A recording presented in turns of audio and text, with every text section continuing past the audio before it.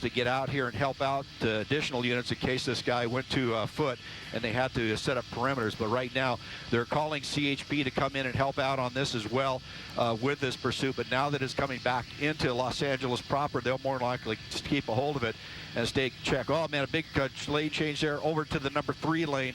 Just whipped around those cars, and now he's going to push over to that number 3 now, through right between those 2 cars as we push up the hill, climbing the hill towards the Santa Susana Pass, back over to the number 1 lane. And luckily, like I said, traffic was light, but he's coming up on slower cars as we climb the hill here. Let's see what he does. He have a truck lane off to the right that he could use as well, but looks like he's holding the number 1. Going to come up on this white car here, going to blow right past this guy here. These drivers on the freeway are just going home or heading their way, and they're going to have this car come ripping by them, having no idea why, and that this guy is coming up behind him. And you just have to hold your position if you happen to see this as he comes through. Just let him get by you. Try not to move too much. Now you're going to have the LAPD cars who are about a mile behind him, not even close. So they've gone into a surveillance mode, just holding back, and now he'll start picking up LAPD cars as he comes back into the valley. We're at the top of the Santa Susana Pass now. Coming over using the center divider as he pushes through here, just really a little bit slowed down here as he's coming up on slower traffic and now just passing through on the center divider. You can see that he is just flying along here. Very, very dangerous pursuit. But as we come down the hill towards the Porter Ranch area, the traffic is starting to get a little bit heavier ahead of him, so we'll see what happens moving over to the Diamond Lane. So far, we haven't had any collisions on the freeway, but we did have collisions on Sycamore there just as he came off the freeway, as he jammed his way between cars. And then that felony hit and run in the valley that he is wanted for at this point. The original want on the car is not known. We don't know what started the pursuit, but during the initial part of this pursuit, he did run over or hit a few folks over here in the valley and injuring them. So that makes it a felony. Once you have injuries on a hit and run, that pushes it to the felony. Now he's also looking at felony evading as he continues on here. Now let me send it back down to you in the studio for a second while I check in with Van Nuys Tower as we move into their airspace. All right, Tim, thank you. We've been watching this individual fleeing police now for the better part of 30 minutes, starting in the Topanga division and really pushing the limits of that pickup truck, what appears to be an older model F-150 at over 100 miles an hour. And that truck's not going to do too well once you get up over 100 miles an hour, especially on the freeway there. This individual has run into, as Tim has been reporting, run into several cars on surface streets in Simi Valley and actually is believed to have hit pedestrians in the valley before he made his way onto the 118 westbound towards Simi Valley and now heading back in to the San Fernando Valley area through Porter Ranch. Yeah, we're trying to get information on the people that were possibly hit there at Nordhoff and Corbin, trying to get the understanding of what their injuries are. And again, this has been just a reckless car chase that we're watching here. And now going into Porter Ranch, the call came in at about 5:07, so this has been going on for almost half an hour now that he's been on the run here. And now the charges are just starting to rack up. He's got possible reckless driving also, as well as this felony hit and run on Nordhoff and Corbin, and felony evading. And as you said, Micah, going over 100 miles per hour, making it a very dangerous situation for a lot of people right now on the freeway. For the second time in recent days, a driver that is trying to get away, that is involved in a pursuit with utter and reckless disregard for others' safety, his own, obviously, by driving this way, safety is in jeopardy, but jeopardizing the safety of others as well by ramming into other cars as he tries to make his run now, and now again getting off the freeway. And Tim, if you're back with us, can you bring us up to speed on the location here as he's off the freeway, apparently in the Porter Ranch area? That's right. He's off at Porter Ranch here, right off the 118. Made that right-hand turn, or left-hand turn across the freeway, and he's working his way over the top of the 118. LAPD air unit overhead and ground units are now coming up the off-ramp here as he goes right behind us here, turning northbound on Porter Ranch, picking up speed as he comes around, coming up to the intersection here, making a right-hand turn here, continuing now eastbound Rinaldi, just off of Porter Ranch, or eastbound Rinaldi, and we're going to bring it around here so we can get him out from underneath us as we come. But as you can see here, continuing on eastbound Rinaldi, this is by the Porter Ranch Mall up here, and camera operator Tim Decken doing a great job sticking with him here as he makes these wild turns as he comes around through the Porter Ranch area. So continuing on Rinaldi here, very high rates of speed, and now we have surface street problems to where you're going to have cross traffic, people out in the street not expecting this car to be coming along as fast as it is. We're approaching Tampa at this point. On the brakes pretty hard there as he pushes along now onto the right-hand shoulder. Looks like we might be, oh, just pushing through a red light there, and just you see the guy almost getting hit there in his left-hand turn, rather. And continuing now still on Rinaldi, pushing right along at a very high rate of speed. Now we're really watching this. LAPD is also backed off just a little bit while they go into the surveillance mode, and 5 is going to move to the north side of the freeway.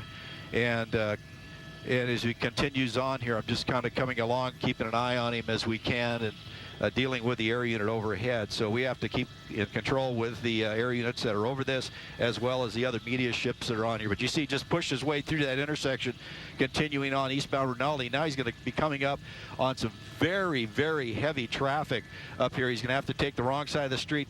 All sides are blocked here. We'll see what he does when he comes up here, coming up to this next major intersection. We'll get it for you as he approaches. But on the brakes, going to the center divider. Looks like he's going to take the center divider. Left turn pockets. Traffic ahead is moving as he comes in the intersection very fast and just weaves his way through traffic, just pushing through. Nobody there knows what to do with this guy coming through a red light like that. He weaves his way around. You see him skid the back end just a little bit as he goes away. Now he's going to come up on, he's going to be boxed in here. He's going to be boxed in. He's in the left turn pocket. He has traffic on all sides. Everybody is stopped. He's going to have to go across to opposite lanes here, pushing his way through. And as he goes along, he gets through there. Unbelievable driving by this guy as he continues here eastbound Rinaldi. Through those intersections, people, like I said, drivers having no idea what's going on, but back on the gas here, picking up speed, and looks like we have some light traffic ahead here, so hopefully we won't have any cross traffic. That's what we kind of watch out for as we continue on these pursuits, is that cross traffic. Those poor people that have no idea this guy is coming and is going to blow that red light. Coming up on the next intersection, he has a red light. We got traffic coming, and it looks like he's going to be able to make it through, and there he makes it through, no problem. Now he's up. And that was Zelza he went through right there. That was the intersection of Zelza, still eastbound on Rinaldi, working his way. This street parallels the 118 freeway on the north. And now here's wrong side of the street, center divider, coming up on traffic here, going to be passing them on their left. These guys have no idea if they make that left-hand turn, and they're on the brakes really, really hard as he makes that left-hand turn. 5's making a left-hand turn.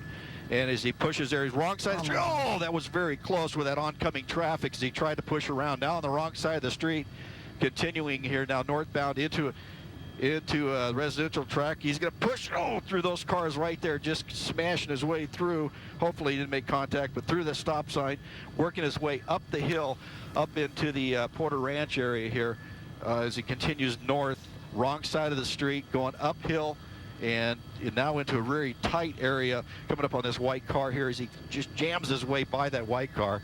Man, this is unbelievable. Oh, just kind of if he sideswiped that guy right there as he went through the intersection, but he's on the wrong side of the street. Residential track. That's unbelievable how this is. But this continues up the hill into the residential track, passing people on the right, folks just trying to get home as he blows down the wrong side of the street, coming up and around. This is hilly area, so it's an up and down area as he goes through here. So if he crests that hill, he may not see the car coming at him. He now has traffic turning out in front of him. He's going to go around to the right. He's got an oncoming car coming at him. We'll see what happens here as he whips his way back in, and then there it is, passing that car. Now coming up to a four-way stop. Cars are all stopped at that point, and here he goes up to the intersection. Through the intersection, just blows right on through, and continuing on northbound here on Nugent as he approaches this T intersection that's going to be ahead of him. You know, time and time again, as we watch these pursuits, we notice that a lot of the suspects like to go to areas that they're familiar with. He's been going at this now for almost half an hour, at least that's when the call came in the Porter Ranch, Simi Valley, Porter Ranch area again, through Northridge and now in Granada Hills in this residential area. And Micah, as we've been watching this, it's just shocking to see him push through some of these intersections, driving on the wrong side of the road with just absolute no regard for anyone's safety, and as you also said, even for his own. Yeah, this is really unreal. We don't, again, know what the original one is, but along the way, in the early stages of this pursuit, this suspect hit at least one pedestrian. So you have felony hit and run that's added to the growing list of charges this guy's facing. Tim, have you been able to look inside that truck? I know they've got tinted windows, and to determine how many people might be in this truck, if there's more than just the driver. We don't know at this point. Oh, I'm sorry, Mike. I was dealing with the tower right there. We're right on the final for Van Nuys Airport, but we're on Balboa northbound. I might have missed your question, but really cooking along northbound Balboa, wrong side of the street, working our way back up towards the 5 freeway, and continuing here, very high rate of speed, wrong side of the street.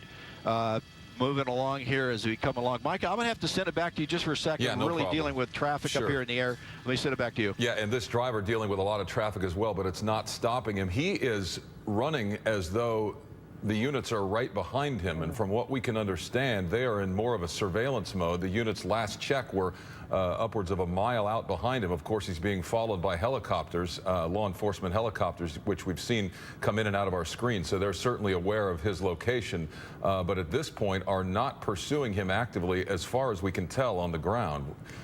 And understandably so. This is so dangerous. Him driving on the other side of the road, as you're looking at right now, and just trying to make his way through, blowing through another intersection there. This now in Mission Hills. He just keeps on running. Micah, you're right. As if he has, you know, LAPD right behind him. Well, actually, yeah, there you see it now. Yeah, so that's something new in the last couple of minutes to see an LAPD officer right on his tail. This could be a problem for him now. Well, he seems to have no problem squeezing through and hitting other cars if that's what's necessary, which he has already done in Simi Valley. He did that on surface streets before he got back on the 118, but he seems to not want to be on the freeway for whatever reason. He spent the majority of his time on surface streets, and at this hour, that's a tough get to try and get through these streets. I mean, these are all heavily congested.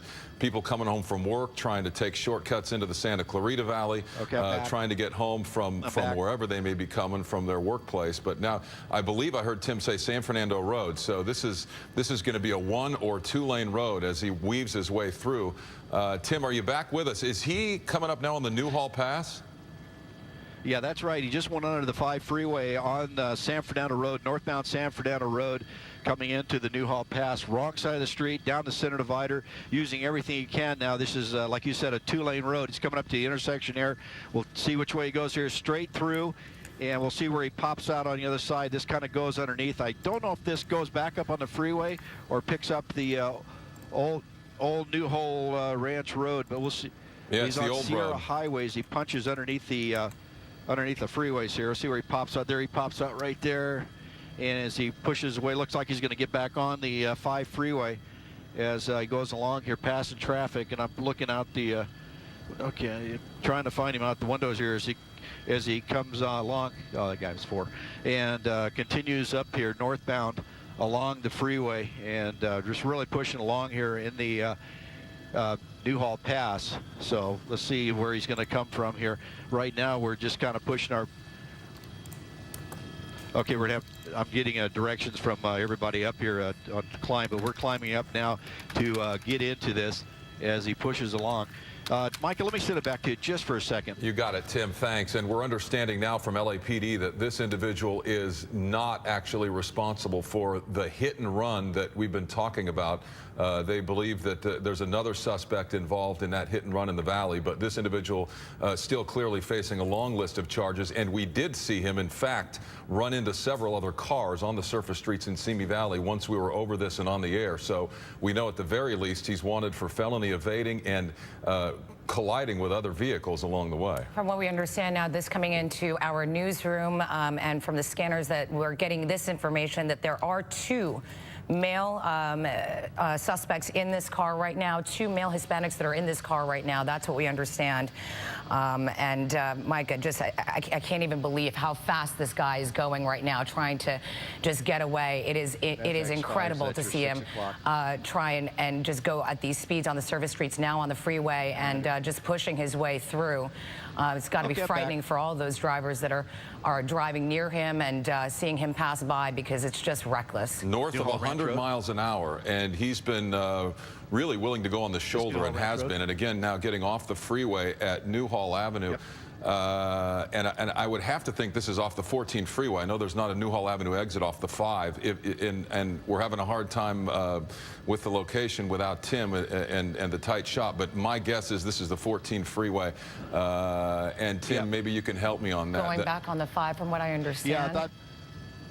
Yeah, that was my fault there. He got into the interchange there, and I was trying to stay with him on the camera and watch the helicopters around. He picked up the eastbound or northbound 14. He got off at Newhall and now got right back on. You saw him go up there as a park and ride that's up there. He couldn't go any further, so now he's back on the eastbound 14 freeway as he comes down the ramp here, just really pushing through traffic, and now over to the center divider lane. Now this is could be a very high speeds up in here. This is a wide open freeway, but there's a lot of commuters out here right now as we go along. It's been a real wild pursuit. When he gets into those interchanges, it's kind of hard to figure out where he's going to pop out, but Tim Deckett doing a great job staying with him on camera and then picking him back up here with the CHP down involved in this now. There is a CHP car behind him by about a quarter mile, and he's just sitting here on the center divider, really picking up speed as we climb the hill here coming into Santa Clarita area, and also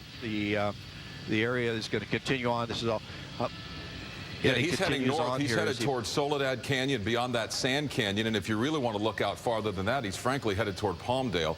As you've mentioned, a lot of commuter traffic on that 14 northbound into Palmdale, into the Antelope Valley. But that's where this thing is headed. And he appears to want to continue northbound. He tried to get off the freeway at Newhall Avenue and jumped right back on.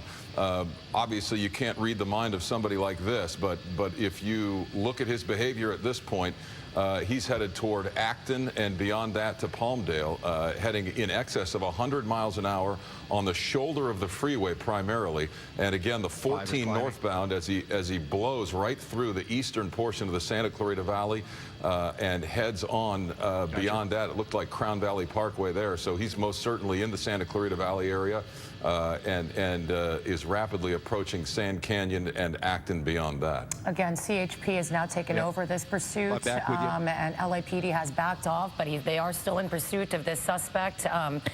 And again, we just want to reiterate about the hit and run. That is another situation. It's not related to this pursuit, from what we understand. And Tim, what does it look like ahead for him? It looks like it's pretty wide open. Yeah, it is pretty wide open until we come up to Sand Canyon. As we make this bend that he's going through right now, the traffic is going to come to a stop as he comes back around to the right, and that Sand Canyon is the off-ramp there, and it generally backs up in this area every evening. But he's on, you can see the right shoulder here, and as he comes around this corner, he's going to start encountering really heavy traffic. Traffic is stopped all across all lanes to a point here, and we'll see what he does when he gets there. But yeah, he's really flying along here. Pushing his way along, using that right shoulder most of the time, sometimes the center divider, but man, he is just flying. And this is going to take us up here into Canyon Country, all the way up into Acton area. But the next major off-ramp he comes to is going to be the Sand Canyon off. And you see him just blowing down the right-hand shoulder here, just whipping along. CHP has got one unit behind him at about, I'd say, 300-400 yards, staying with the pursuit. LAPD is also trailing back behind, about a mile back. LAPD has now 2 helicopters overhead. I'm sure the first helicopter might be dealing with a fuel issue, so they'll do the handoff of that. But he's coming up to the Sand Canyon off. You see right there, it's the gore point for the Sand Canyon off. We'll see if and it looks like he's going to continue northbound 14 underneath the Sand Canyon at this point as he goes along, and really high rates of speed, passing people on the right. And now he's joining traffic coming on. Luckily, there's nobody there. coming on that ramp as he blows along using that right-hand shoulder. And as I look up ahead, Cher, it's pretty wide open. Traffic is pretty well spread out as we push along here. And he's just using that right-hand shoulder, and hopefully nobody sees a police car and then automatically pulls right like you should, because you're going to have this guy right on your rear bumper. But he's really pushing this pickup truck to its limits as we climb the hill here, heading up towards now the Acton area, using that right shoulder, excess of 100 miles an hour. I can tell you, I'm at 110 knots here in Sky 5, and I'm barely keeping up with him. So that's probably right around 115, 120 miles an hour on the grounds. It's a very high-speed pursuit. CHP is now in the lead of it, along with LAPD helicopters overhead assisting CHP. Coming up to Soledad will be the next off, and he's coming up to that off ramp. We'll see what he does. Moving back out into the lanes. It looks like he's going all the way over to the carpool lane, pushing his way through there as he uses the carpool lane, the center shoulder, center aisle here as he pushes along, getting by the traffic, the slower traffic. But it's pretty well spread out, so hopefully he won't be doing a lot of crazy driving here as he makes the lane changes, because we talked earlier, the pickup truck is not quite that stable with that light rear end, and if he really starts whipping it around, it could very easily spin out and go into other vehicles or the center divider or over the side.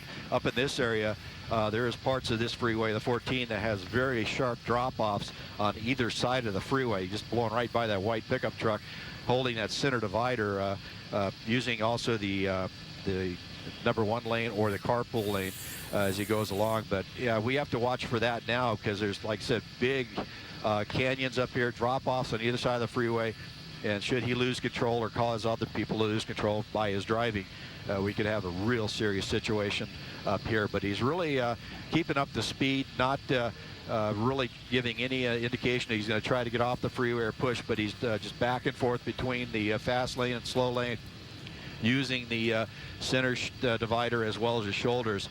And as we continue on here up over the hill, this is going to start dropping us down into the Acton proper area, and LAPD up overhead.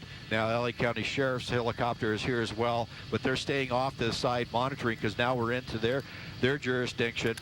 They're in their jurisdiction, so they're going to be advising their ground units where this pursuit is to help out if it should get off the freeway at any point, and to be able to corner this guy if he bails out of this car. But this truck has really taken a beating during this pursuit. I'm surprised it's still going.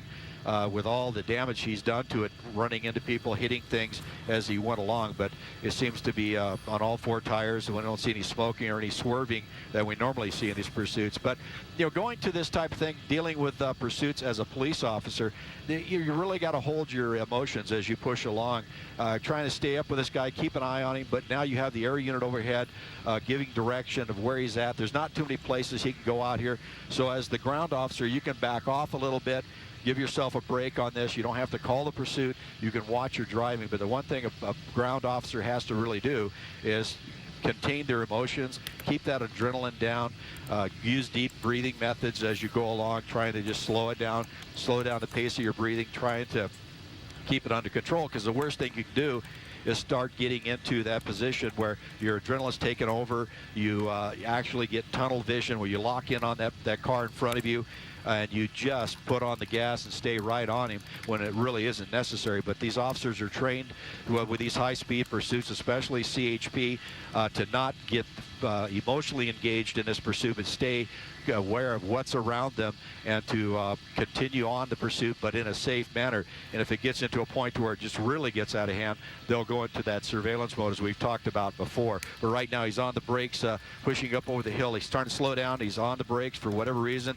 That's a CHP car right behind him, and he kind of just stomped on the brakes for a second. There's nothing in front of him, no reason for him to do that. And I don't know if he just brake checked that CHP officer or not. But he just continue now into the center divider, CHP backing off. And that's where that tunnel vision comes in. You get new officers that get in their very first pursuits. They'll get right on the guy, and then the guy will brake check them, they'll slam into the back of them, set off that airbag in the police car, and it's very difficult to drive a car with the airbag deployed in your lap. So that's one of the methods that bad guys will use to try to disable cars behind him. But that CHP officer sticking with his training, doing a very good job staying off of him, letting the air unit overhead deal with it. Through 50th. Yeah, and if you've been in the area, you know there are no the direction he's going, there are no major shopping centers or anything like that. You'll find some strip malls and that kind of thing out there as you go along. But the other thing to watch out for is the fact that it's extremely dark out there, except for the intersections like this one. Right where through it's a red lit. light, right through a red light, into cross traffic. Now he's heading south. Now he's losing control altogether. Spin out. No need for a pit maneuver there. He's now lost control, doing a donut in the middle of the highway here. There goes the pit maneuver. Heavy damage to that CHP officer. A hard hit, but he's continuing. After that pit, he spun out on his own, took that turn through the red light way too quick. CHP then taking it upon themselves to do that pit maneuver. That's not even stopped him. He's continuing No, now. he went right up over Southbound. the trunk of the car there. I just want to say that a lot of damage looked there. A lot of almost damage. intentional. Now southbound as he makes his way through Lancaster. Give me a little altitude, Alex. I think we're losing signal. But if you can hear me, we're now southbound on another major, now turning into a residential neighborhood is where we are. He's slowing down, coming almost to a stop here. Almost to a stop. A passenger, looks like there's a passenger preparing to get out of the vehicle here. I'm not sure if you can still hear me, but we have a pursuit that another crazy one here, guys. He's in a residential neighborhood, dropping off a passenger. Somebody's just dropped. That person is just going home, going into another house here, so nonchalantly. This is unbelievable. But this guy, I mean, went right into oncoming traffic, lost control at that intersection, ended up spinning out on his own. CHP trying to stop him with a pit maneuver that basically did nothing. He's continuing now through this residential neighborhood. You can hardly even see any damage on this pickup truck. Certainly Ford commercial, if you will. I mean, this truck has sustained virtually no damage after that hit. You can see he's continuing through this residential neighborhood. This is a very quiet neighborhood, and CHP now not far behind him. And there he goes. He survived pit number 2, and as he continues to evade police. Head on into another car. Unbelievable. Looks like he was slowing down there, so hopefully nobody hurt. But now he stopped head on into an innocent bystander. CHP now out with their guns drawn, and this is where it looks like it's going to come to an end. They tried a pit maneuver. He ended up into oncoming traffic head on with this innocent bystander. We hope that nobody was hurt here, but now we have a standoff with the suspect as they order him out of the vehicle. We don't know how many people are in this vehicle, but we're about to find out. I know you have your hands full there, Chris, but what is the location here? Do you have any idea of this intersection? Can we give you just a couple of minutes to look it up, in fact? Yeah, I could tell you we are right around 16th Street, 15th or 16th Street, and he is just west of the 138. So now we have those innocent bystanders. Looks like a child in the back seat and a parent possibly who came running out of that car. They now appear to be safe as they now have the suspect now at gunpoint. Certainly a precarious position. They were in no position to fire their weapon because of the innocent bystanders here. There's also oncoming traffic that is going to have to be slowed down here and stopped further up. I guarantee you that there are either sheriff's deputies or CHP officers closing off traffic wherever we are here. But this appears to be 17th Street, 16th or 17th Street, again, just west of the 138. So it appears to you the woman and the child in the car that he hit are okay. Yeah, they ran out of the car. It didn't appear that there were any injuries in there, and they have now run into the arms of law enforcement. They are okay. This is now turned into a standoff with the driver of this F-150. As you can see, CHP on the scene here with their guns drawn. They attempted the pit maneuver. It was a touchy one because there are so many cars around, and but they had to get this guy off the road. They had to bring this to an end. Once he ended up driving so erratically and so dangerously on these surface streets, we've seen that he's had no hesitation on hitting individuals and cars and the like. Now this has finally come to an end here in Lancaster, a rural part of Lancaster, but a major intersection nonetheless, just west of the 138, and he's shown no sign of getting out of the car. Flame in there. He's in the passenger, he's in the driver's seat, and you can see a little bit of a flame, and then smoke comes out of the windows. It's partially down on this driver's side. I've moved Sky 5 up just a little bit so we get more. You see an arm out the window right there. Door coming open, door coming open. We're going to widen out here just in case there's a problem. But as he's getting out, he's crawling on the ground, and it looks like he might be complying at this point. But yeah, he's laying flat on his face, laying down and crawling sideways. So at this point, we'll see what he does. It looks like he's giving up, crawling towards the officer, which I'm sure they're not directing him to do. Normally you would have him stand up and walk backwards towards you, but he is crawling backwards. Maybe he's injured from this crash, who knows. But kind of doing a weird crawl backwards here. Looks like a male with a black t-shirt, short black pants on, black shoes. And we're staying wide just in case something happens here, because we don't want to put anything on TV that may be an issue. But right now it looks like he's trying to comply, working his way back towards the officers. You can see the officers are not in any hurry to rush up there and grab him.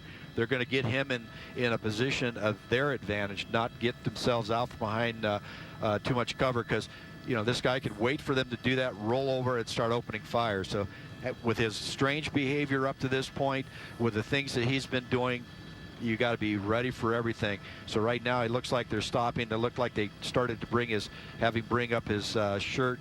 That's one of the things that they'll do to kind of look under the waistband. But I can kind of see a waistline there as he's walking now. There, canine coming up from behind there. You see the officer with the canine walking up behind the officers that are giving the direction. But he's crawling backwards, which is kind of good. He's complying. That's good for him, and that's the best thing he could be doing at this point. Once they get him back away from the car, then they'll have an arrest team go up and approach him and take control of him. And then once they get him in control and in custody, then a team will go up and clear that truck out. But right now I'm watching the officers. Okay, they're working up. Here comes the arrest team's walking up. His hands are out to the side. Take control of the hands, bring the hands to the back, putting on the handcuffs. Now you can see the officers are still kind of watching the car. So once they get this guy handcuffed, they'll pat him down, roll him over, check him, bring him up, take him back behind the police cars. And now you can see those other officers holding gun barrels onto that truck. Now as they're watching him there, we're going to watch now. There should be an arrest, or actually a team go up, a four-man team come up to clear that car to see what might be inside. But we'll watch to see what happened. They have them back by that SUV there, holding him right there, patting him down. Now they're going to ask him the same questions they asked the passenger: who's in the car, how many people are in there, things of that sort, to where they can try to get as much intel before they approach. Because once again, they don't have to rush up there. They have him in custody.